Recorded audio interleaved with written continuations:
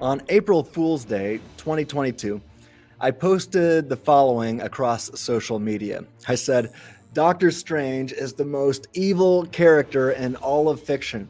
How dare he actualize a future in which he knew all the pain, evil, and suffering that would happen if he were to give Thanos the Time Stone.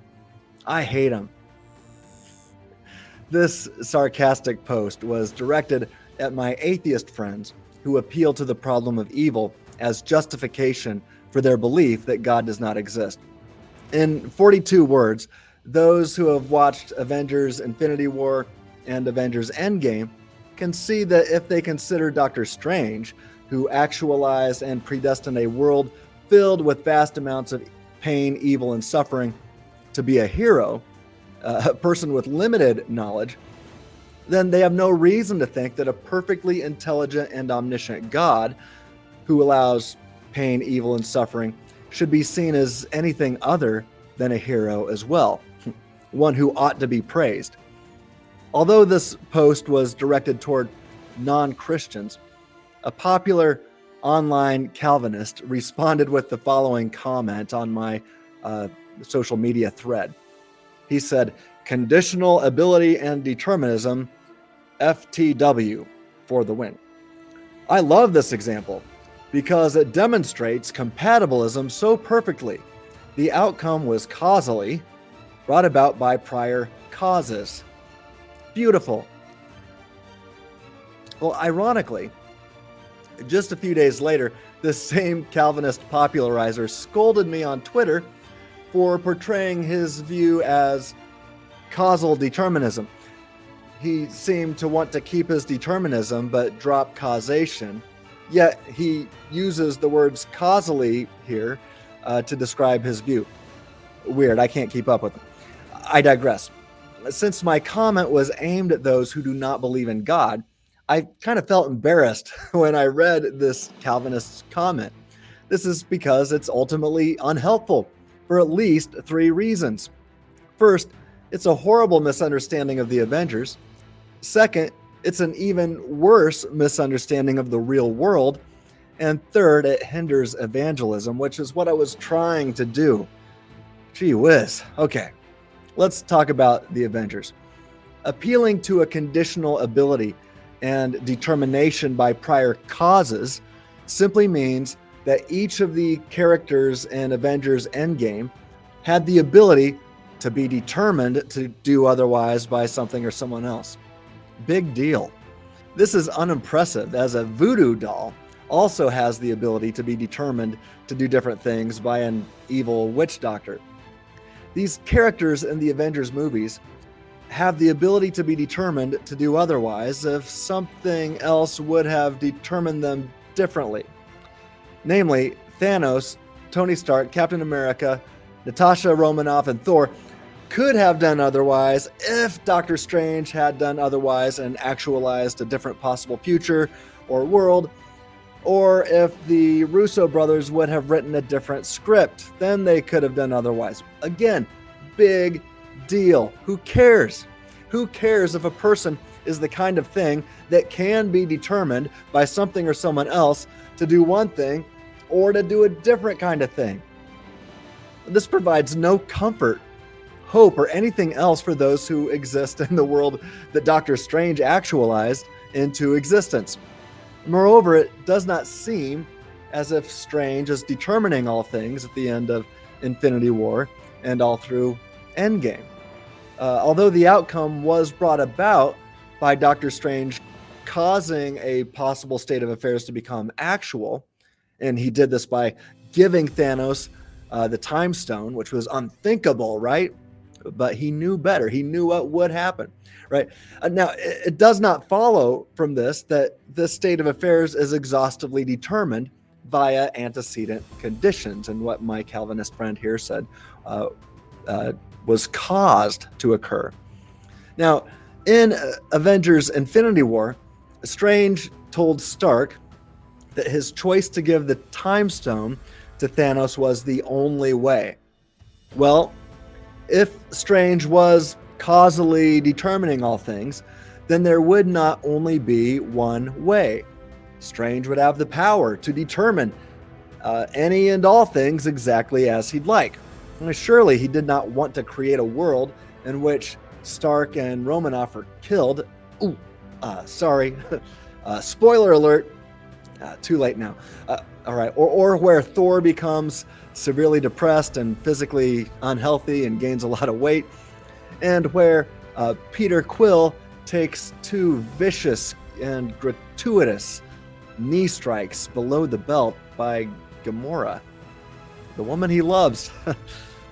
Well, in Endgame, when Stark asked Strange if this is the one world where they win, Strange answered that if he tells him what will happen, then it won't happen.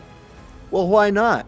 If Strange was determining and controlling all things, then he could determine it to be the case that Strange could tell Stark what will happen and determine it all to happen anyway.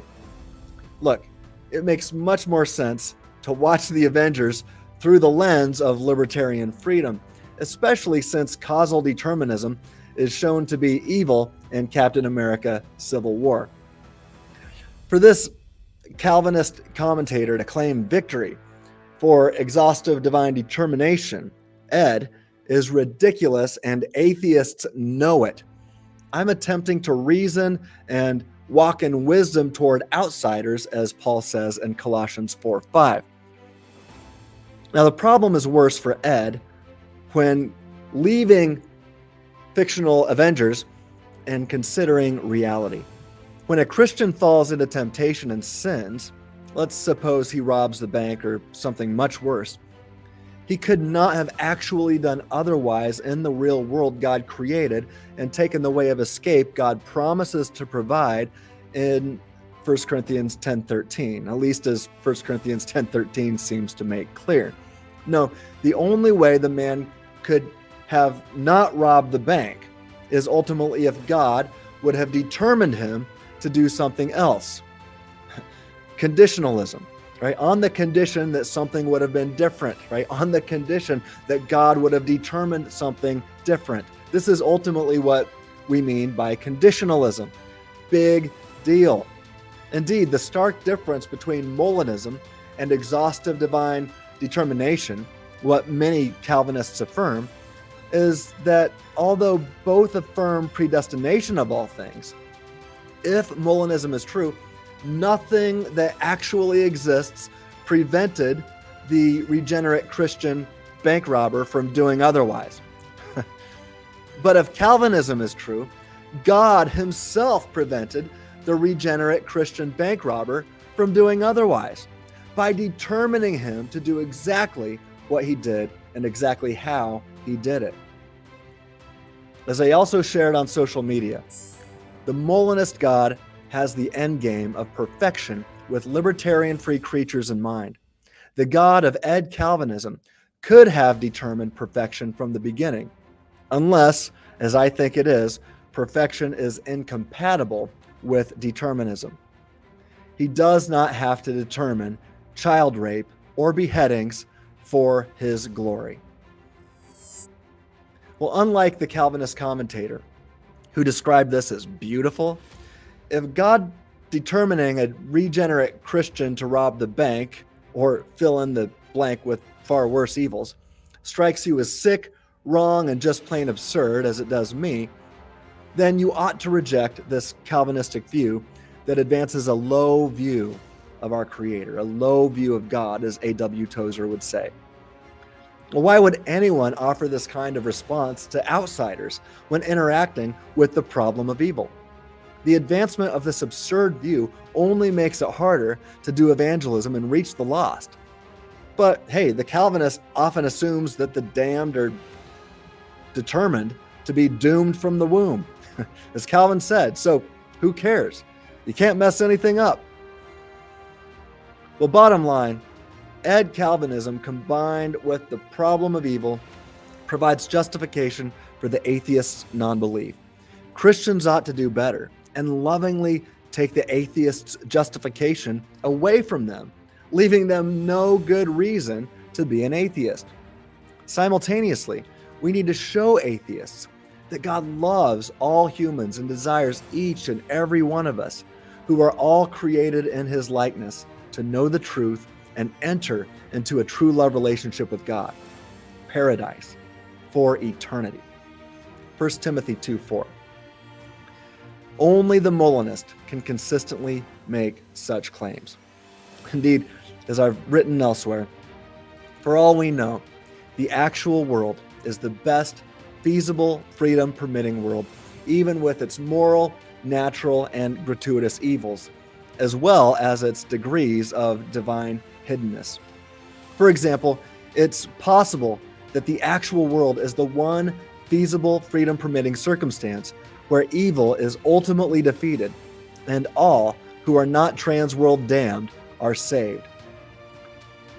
If this specific, feasible, maximal harvest world exists, then a perfectly wise and loving God would either create it, no matter how much finite suffering, evil, or divine hiddenness existed, or refrain from creation altogether. This response is far superior to any that an advocate of Ed could offer. Indeed, the Ed Calvinist response doesn't do anything to solve the problem of evil. In fact, it provides the problem of evil. It is the problem. The Molinist response, however, takes the teeth out of the bite of the problem of evil. Stay tuned and stay reasonable. Isaiah 1:18.